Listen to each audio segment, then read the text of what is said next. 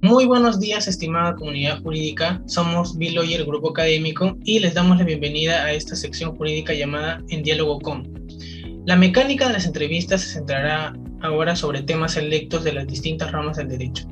En esta oportunidad contamos con la especial presencia del Dr. Roger Vidal Ramos. El Dr. Roger Vidal Ramos es doctor y magíster en Derecho Civil por la Universidad Nacional Mayor de San Marcos, cursando estancia de investigación en el postdoctorado de la Universidad Católica de Paraná, Brasil.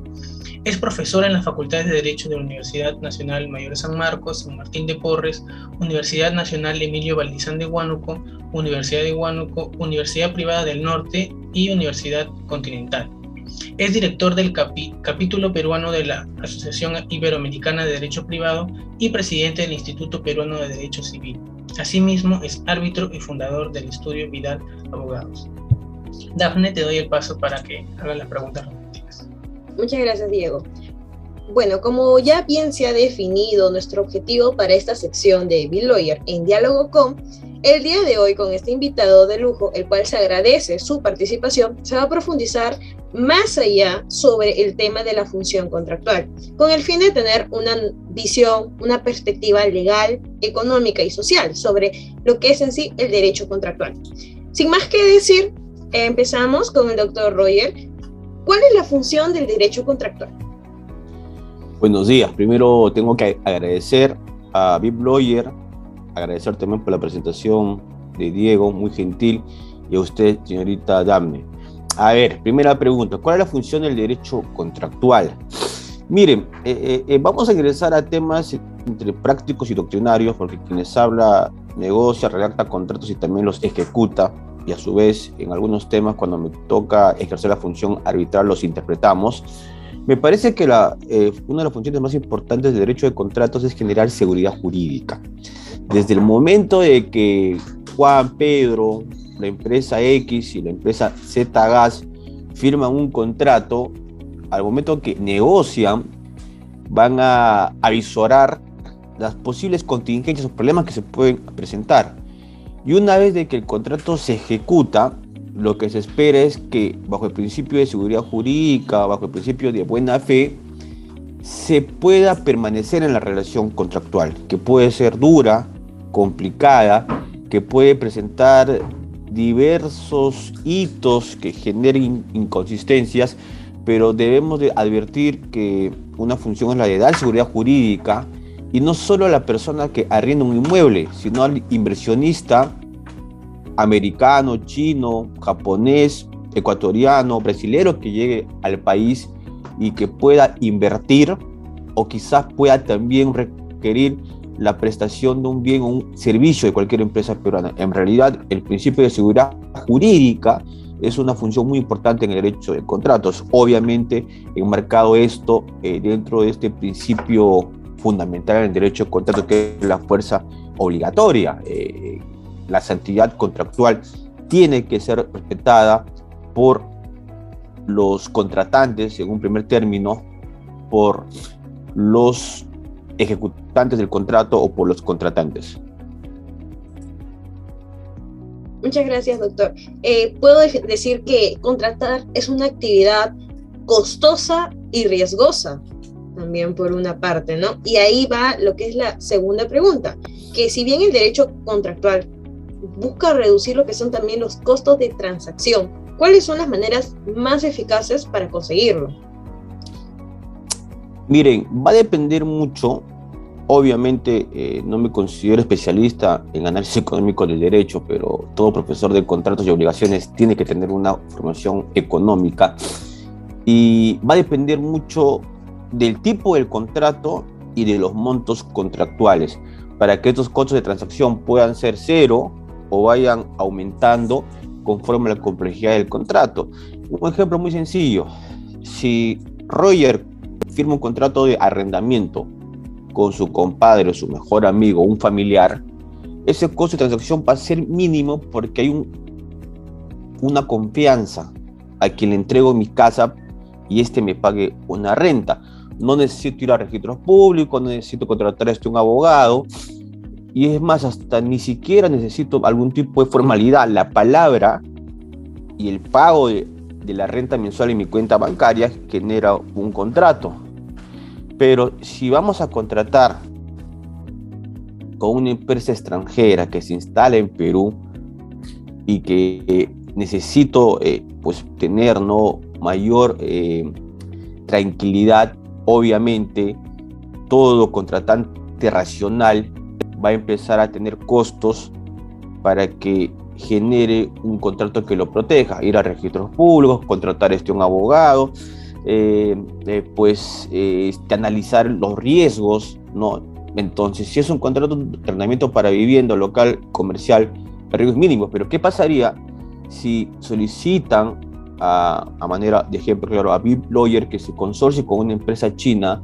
Obviamente tendré que efectuar un due diligence acompañado de varios compliance que va a incrementar el costo para la decisión final, y ese costo tiene que ser asumido por quien tiene el interés en vincularse con una empresa, y los costos de transacción van a ser más elevados en contratos de la industria minera, hidrocarburos, en contratación pública. Y un ejemplo muy claro, en contratación pública, al momento que nos toca asumir la defensa de contratistas que son denunciados ante el Tribunal de Contrataciones del Estado por algo muy sencillo que podría ser manejable: presentación de documentos falsos, constancias laborales, y obviamente este contratista inexperto, por confiar en su consorciado, presta su experiencia y confía en que la información que le está brindando su co-consorciado es real. Pero ¿qué pasó con el costo de transacción? ¿Por qué no invertiste dinero en verificar si esa constancia de trabajo de los 4 o 5 ingenieros son verídicas? Llamar por teléfono un informe legal de un abogado que le avisó de que si hay documentos falsos, incluso puede ser sancionado de manera definitiva para que pueda contratar con el Estado. En realidad los costos de transacción pueden ser 0, pueden ser 5, 10, 15, 20, y se pueden ir incrementando porque tienes un costo de transacción que se genera para elegir con quién contratar, y dentro de esa elección está la búsqueda de la información, pero también tienes un costo de transacción que se genera en la ejecución del contrato, que avisoras que algo está marchando mal, que la contraparte no está ejecutando el contrato de manera correcta, y vas a empezar a contratar abogados, ingenieros, para que puedas entender qué puede pasar ante un escenario de un litigio judicial o arbitral. Entonces el costo de transacción se define por el tipo de contrato: arrendamiento, comodato, donación, compraventa, un contrato de fusión de adquisición, un contrato de joint venture. Va a depender mucho, ¿no?, de la persona natural o jurídica que corre un riesgo de una inversión muy alta y la complejidad de los contratos. Un ejemplo muy sencillo: ¿cuántas empresas a nivel internacional, y obviamente también las empresas peruanas, con un ánimo comercial de brindar servicios o vender bienes, se ahorran costos de transacción? No contratan abogados para que negocien contratos, para que los redacten, y no hacen búsqueda de las empresas que les tocan la puerta para que les brinden una línea de crédito, y simplemente por un tema comercial, por correos electrónicos, giras una orden de servicio, una orden de compra, y exportas, no sé, 10,000 botas de cuero, 10,000 computadoras, y ese coste de transacción te lo has ahorrado, porque justamente los abogados a veces somos considerados como un coste de transacción elevado, bajo, o simplemente de que no entendemos bajo la óptica empresarial un costo preventivo que es el ideal. Muchas gracias, doctor, por su respuesta. ¿Usted considera en su experiencia que tiene que nuestro actual Código Civil, las legislaciones en general, reducen los costos de transacción? Y si no es así, ¿de qué manera lo incrementa este? Miren, con mucho respeto y mucha admiración a muchos de los profesores que defienden y que aportaron aquí en el Perú con la doctrina del análisis económico del derecho, empezando el profesor Fernando de Traciañiz, el profesor Alfredo Bular y el profesor Freddy Escobar, entre tantos. Consideramos que el Código Civil, y no lo digo yo, lo dice la pandemia, y lo dicen los fallos judiciales y arbitrales que se van a emitir ese próximo año, y vamos a tener una infinidad de comentarios, ¿no? de los criterios que tienen los jueces y los árbitros. Hemos pasado la crisis económica más complicada en toda la historia republicana del Perú, que todavía siguen los efectos muy severos. Pero el Código Civil, con defectos y con virtudes, es el único instrumento económico que podría permitir corregir asimetrías económicas presentadas en los contratos. Y me refiero a la figura de la lesión, a la figura de la necesidad o necesidad de la prestación. Fuera de las posturas doctrinarias, finalmente quienes van a marcar la pauta van a ser los jueces y los árbitros. Entonces, bajo este enfoque, el Código Civil nos brinda reglas contractuales bastante sencillas, pero que van a seguir vigentes: buena fe, fuerza obligatoria, equilibrio económico y consentimiento. Bajo estos 4 elementos, incluso si el código no se modifica en los próximos 10 o 20 años, va a depender de la formación, la especialidad de los abogados, los jueces y los árbitros para brindar salida. Considero que una modificación del Código Civil en muchos extremos sí es importante. La comisión que presidió el profesor Gastón Fernández Cruz, en la cual hemos colaborado, ha brindado reglas muy importantes, pero finalmente tampoco, no depende, pues, no de la comisión de los juristas, depende del apoyo legislativo, va a depender mucho del contexto social en que se requiera, pero sin embargo considero que si el Código Civil es bien aplicado bajo estos institutos de la buena fe, la fuerza obligatoria, el equilibrio económico, financiero, contractual y el consentimiento, las partes pueden prevenir.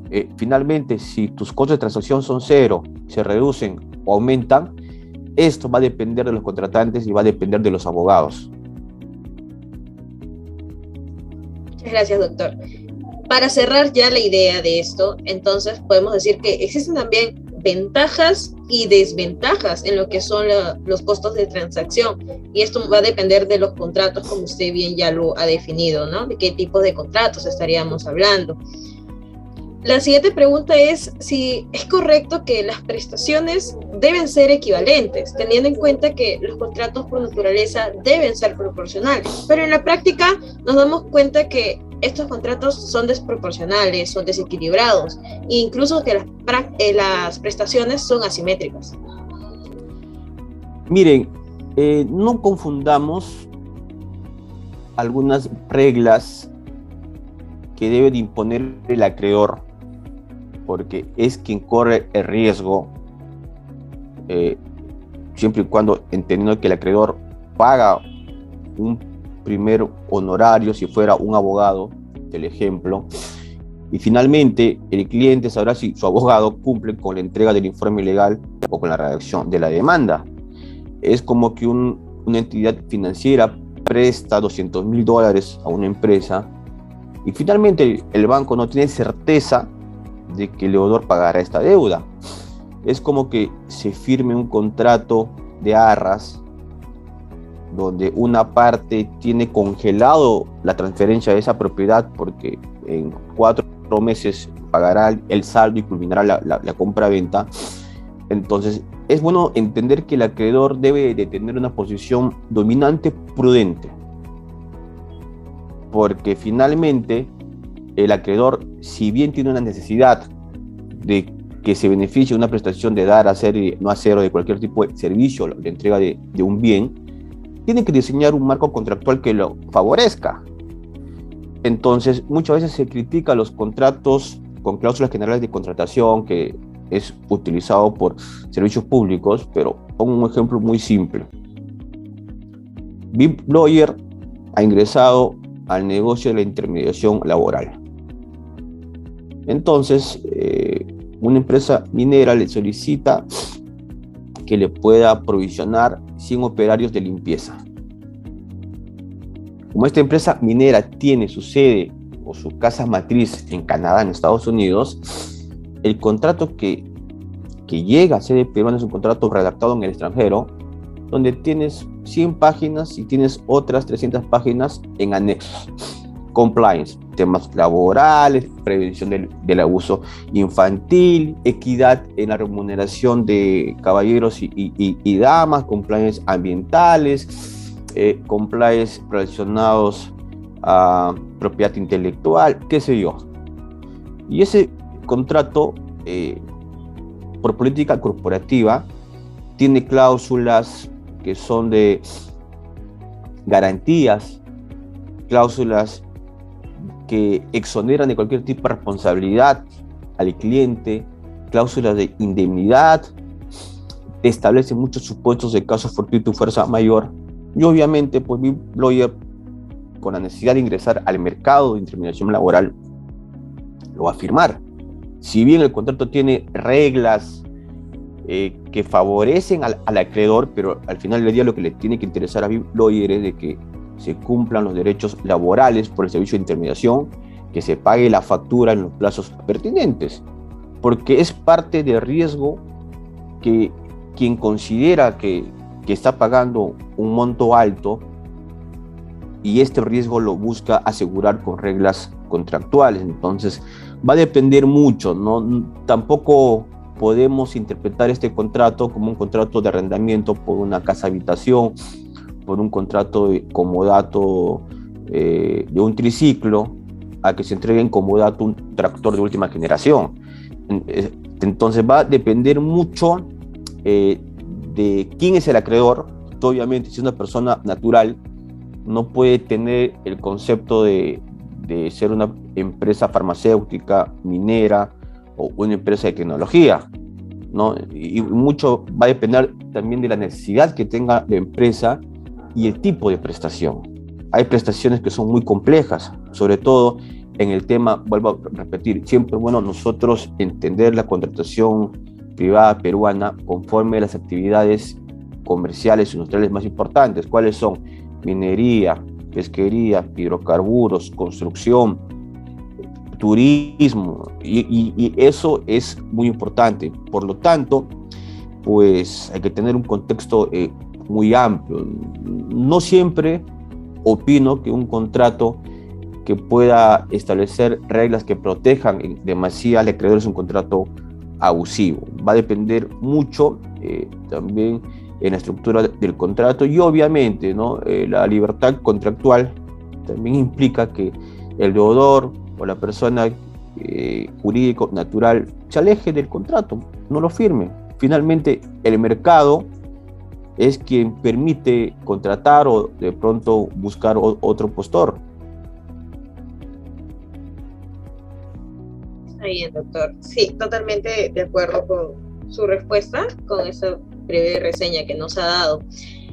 Acerca de ello, ¿qué opina usted sobre el riesgo contractual que surge entre estas partes, ¿no? En los casos fortuitos como lo fue la pandemia?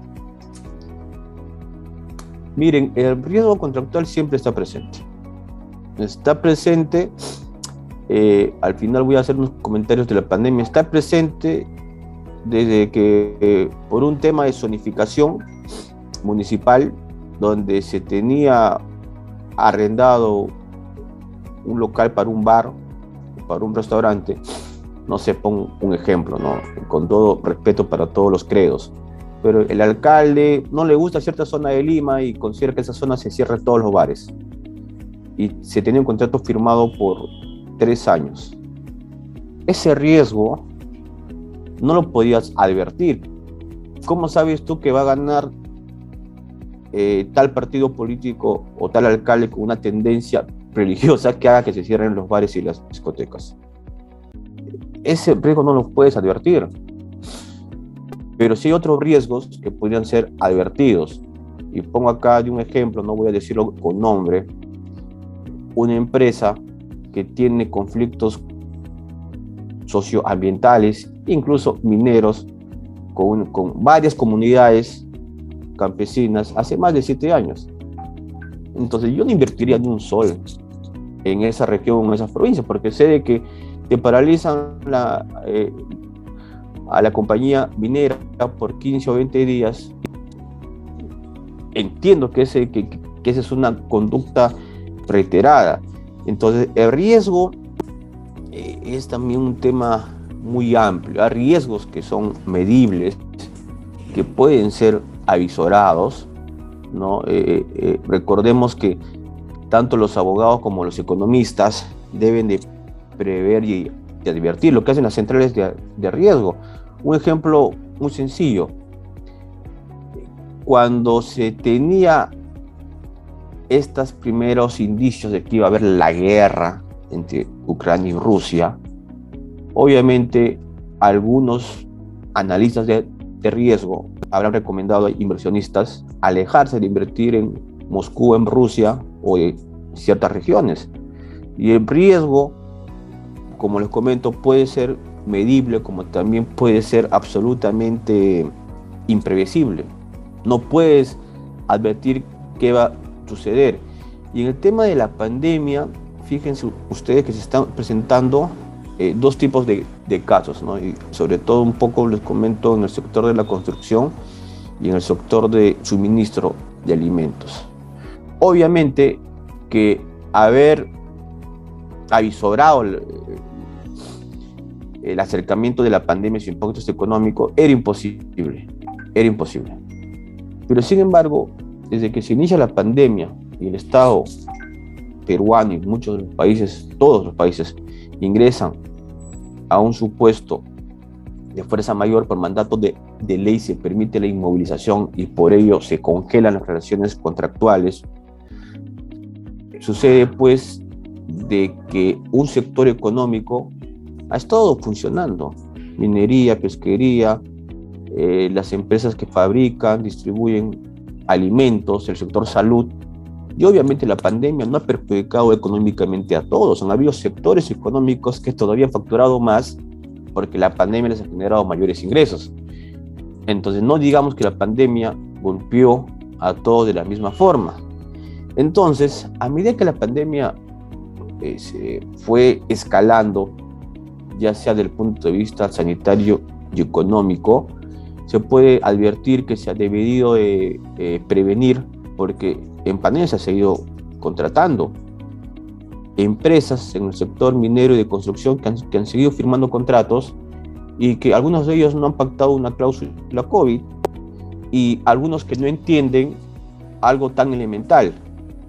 En 20 metros cuadrados de una carretera, en un hospital, en un colegio, donde podías trabajar con 30 obreros, por protocolos del COVID-19 se redució a 10 u 8 personas.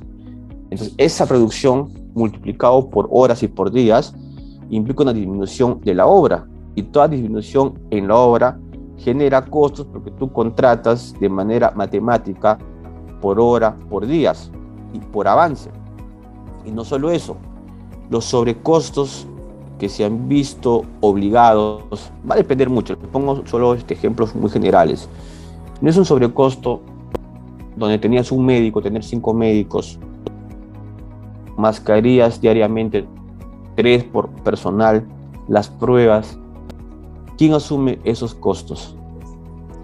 Mientras que otros sectores como el de alimentación ha funcionado, ha incrementado sus ventas y han facturado montos muy altos. Entonces es pertinente, ¿no?, analizar que el riesgo es muy amplio. Hay un riesgo que se puede avisorar, hay un riesgo que aún estando en la pandemia o en otra crisis económica, tampoco vas a poder medir su magnitud, sino que al final vas a poder calcular cuáles son los golpes económicos. Recordemos que el año pasado tuvimos un caso que no tiene que ver nada con la pandemia, que es el accidente en el canal de Suez por uno de estos buques inmensos. Generó una semana de crisis, por llamarlo así, económica en el sector de transporte naviero y generó pues incumplimiento de muchos contratos. Digan ustedes, ¿quién va a poder advertir este riesgo? Y finalmente se han generado muchos litigios.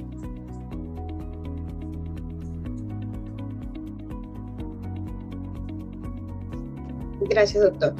Para cerrar con esta breve entrevista, la última pregunta sería, ¿qué sucedería para aquellos contratos que son lesivos para una de las partes, teniendo en cuenta que el contrato debe buscar satisfacer ambas partes contractuales? Miren, yo creo que la primera pregunta es en honor a nosotros. Contrata a tu abogado.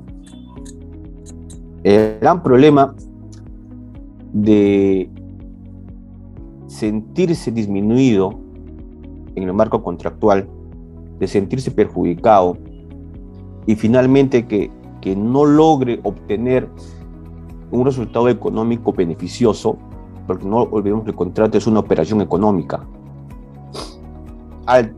onerosa, es porque no hay una cultura de contratar un abogado. No sé, se me ocurre que la hora promedio mínima de cualquier abogado, y lo digo con un tema ya de viendo un poco el sueldo mínimo vital y un poco en mi experiencia, de 100 soles, una hora. Voy a firmar la compra-venta de mi primera casa.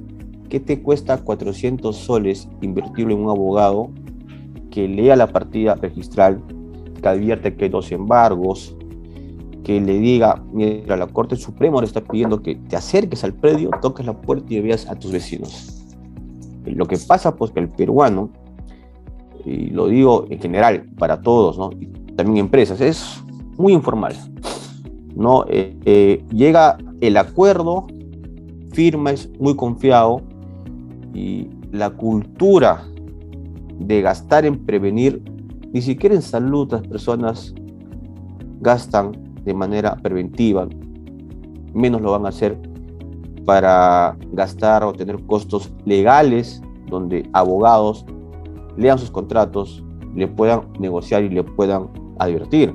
Y es importante eso, tener la cultura de que los abogados puedan advertir las contingencias en los contratos, redacten, negocien, y finalmente eso va a depender mucho. Lo que no pasa con el sector empresarial de inversionistas chinos o coreanos, siempre están acompañados de su abogado y de sus traductores. Claro, o sea, obviamente estamos hablando de otro tipo de negocios, pero si apostamos por una cultura, no firmes nada sin que tu abogado te lo recomienda o que te haya advertido, yo creo que vamos a reducir las contingencias, los procesos judiciales y arbitrales, y obviamente, ¿no? Este rol preventivo es el que debe de primar, porque finalmente el contrato firmado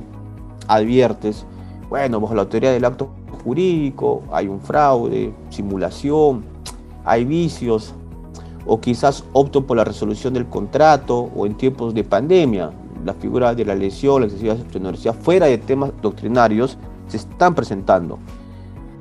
Pero la solución que vas a obtener o el pronunciamiento judicial y arbitral demorará 2, 3, 4 y 5 años, pero ese costo de transacción en invertir en abogado, en gastos como pago de tasas judiciales, honorarios arbitrales, complican porque te generan costos de transacciones, costo de oportunidad, y finalmente, al final del día, el costo es muy elevado por no haber contratado un abogado que te prevenga y simplemente en su momento no hayas elegido contratar con Pedro, sino con María, o simplemente evitarte problemas y no formar parte de un consorcio que va a culminar con que ejecuten tu casa en un remate por ser garante o por ser aval.